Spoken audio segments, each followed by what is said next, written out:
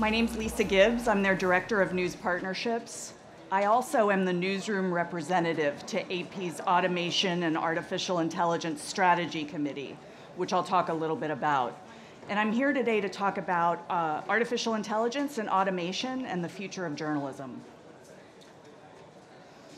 First, I want to talk a little bit about how the Associated Press is using automation and artificial intelligence. First, we're creating thousands of business and sports stories using data-to-text automation. We're also looking at ways to more quickly tag our image archive with keywords so that our customers can find the photographs more easily. We're using machine learning to spot misinformation faster, particularly on social media. We're creating a lot more shareable video. And we're transcribing video in real time using a system that learns when we correct its mistakes. I mentioned that I'm part of AP's Automation Strategy Committee. After the success of our earnings project in 2014, where we went from our human journalists writing 300 earnings stories per quarter to automating 3,700 earnings stories per quarter, AP created an Automation and AI Strategy Committee that brought together representatives from all over the company. So we have myself and some others from the newsroom. We have people from our technology and products team. And we also go out and find creative and very brilliant startups who have PhDs in machine learning and all kinds of degrees to work with us to create our tools and our projects. And so we come together to build our list of the company's current AI projects that we're working on, talk to startups, make sure we're keeping up with what's become a very fast-changing industry, and work on making sure we're doing the right things in our newsroom. So I want to talk just a little bit more about some of the projects we're doing and how other newsrooms can be using these tools.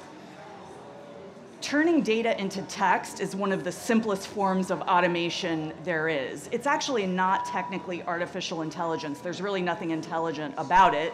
It's about taking a structured data file that looks like this, and journalists write templates that then convert it into a story that looks like that. So as I mentioned, we've gone from producing 300 earnings stories per quarter to 3,700. And we can have those stories to other media outlets, generally speaking, in under 5 minutes. So it's both a higher volume and much higher speed than our human journalists were able to do. Then, if there's news or other things to say about the company's earnings, our journalists will go in and write more about these companies. This is another example out of a company called Herbs Media in the UK, which is working with their press agency there to turn hyper-local data into thousands of local customized stories. So the world of text automation really allows a newsroom to produce a high volume of stories with less effort. I want to talk a little bit more about turning text into video. The Associated Press invested in a company called Wibbits that ingests a text story, pulls together images and video that has the same keywords, and spits out a short video. Now, I should say that these videos are not quality to put out to the public immediately. We still have our human journalists working to edit these videos and fix mistakes, and then hopefully we're training the system to get better and better so that eventually we will be able to generate very quickly high volumes of automated video.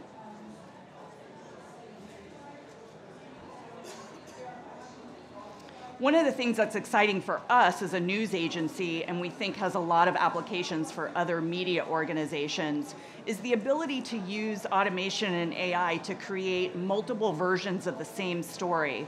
Right now, an Associated Press journalist sits down, they have to write one story for digital or text, a separate story for broadcast customers, a short headline, a long headline, and a 2-sentence summary. Imagine if that journalist could sit down and only write one version, and we could use machines to help create those additional versions. It would save the journalist a lot of time. So these are currently projects we're working on right now at the Associated Press. I mentioned video transcribing in real time. The tool we use also allows us to very quickly translate those into multiple languages. And as a global news agency, that's important for us in being able to share that information quickly with our customers.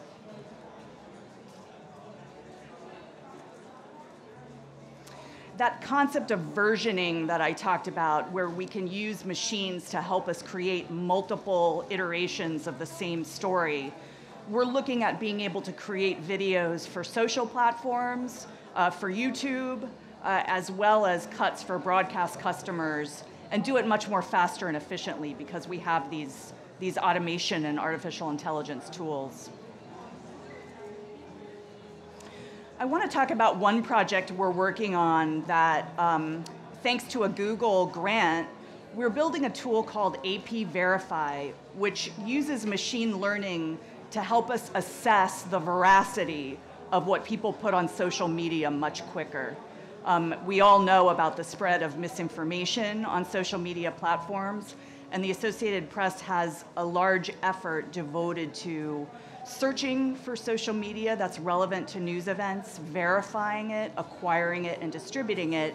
And so right now we are working on building AP Verify with a technology company and the help of a Google grant to see if we can't speed up the process and use AI to help us access the source data of that social media post a lot faster and help us figure out whether posts are likely to be real or likely to be fake a lot faster than otherwise a very time-consuming process of journalists looking into those posts. We're also using a form of AI called social listening, where we can use artificial intelligence to go out and search large data sets much faster than a human could. And so we can see whether news is breaking on certain topics. We can also examine things like Twitter comments, Facebook comments, Reddit comments, and even US talk radio to see what people in the public are talking about. And these are things that we would not be able to do ourselves. We need the machines to do these for us. And we are working with a division of MIT Media Lab to build this tool. You're seeing a lot more media organizations build their own algorithms in order to search these large data sets. The Los Angeles Times did this recently with a lot of crime data for the Los Angeles Police Department, where they built code that looks like this, and they made it publicly available to search thousands and thousands of crime records for Los Angeles to see whether the police department had accurately categorized them, and they found lots of mistakes. And again, this is data analysis that human journalists would not have the time to do on their own. It would take them too long. This is in the area of facial recognition. The New York Times built a tool using the faces, photographs of the faces of all the members of Congress, so that its reporters who are out reporting can take a picture of someone and send it back, and it will match the photograph to the person, to the image that they just took, and it helps them verify who the person is that they're talking to. It's kind of a small way that journalists are using facial recognition technology to help them in their reporting, so they don't call the senator by the wrong name. Always a nice thing. Of course, the big issue with artificial intelligence, and the one that we're really going to be talking a lot in the future, is the war on fake news. And artificial intelligence will be both a powerful tool of those seeking to create fake news and those seeking to combat it.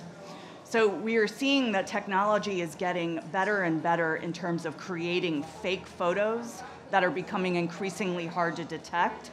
So we as journalists have to constantly stay on top of the technology ourselves and build the tools to spot the fake photos.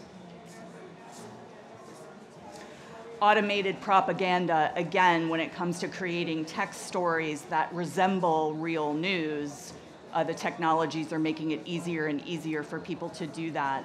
And so we have to increase our efforts around spotting fake news in order to expose it.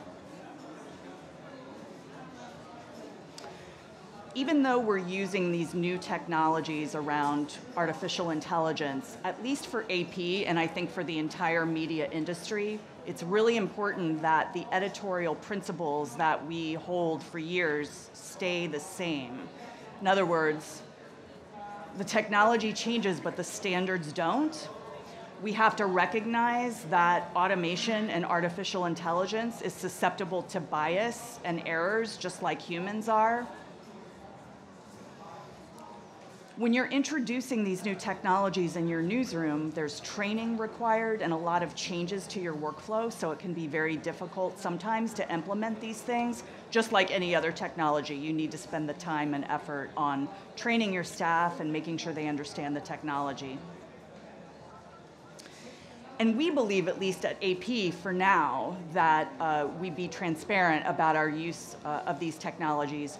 When we send out our earnings stories and our sports stories, we have a disclosure line at the bottom that says that these stories were created using technology from Automated Insights in our case, so that people know that a human being did not write these stories. So that's something that's important to us.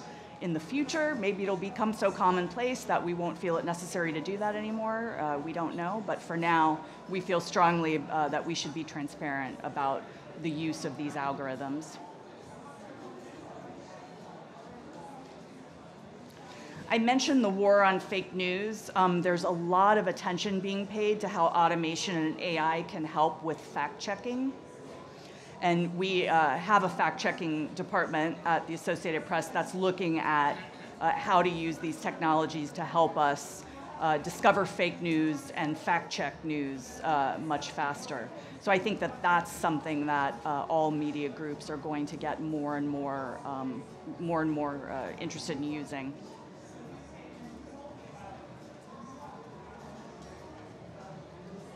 One of the things that's been most exciting for us is that working on these tools has really helped shape the culture of innovation at the entire company. When we started working with startups on these things back in 2013 and 2014, we ended up investing in a couple of these startups, and it just was really helpful in terms of bringing in new skills and new energy to our newsroom and our company.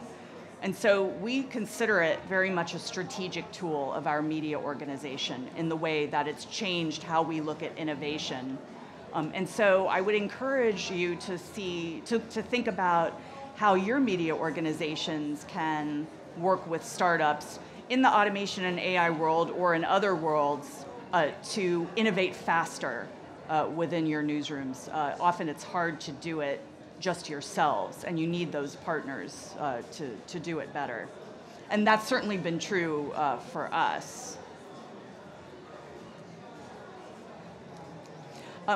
We have several guides to AI and automation and journalism on our website. They're free to download for anybody, so you can access these at ap.org. And I did put the links up here. Hopefully you can see them.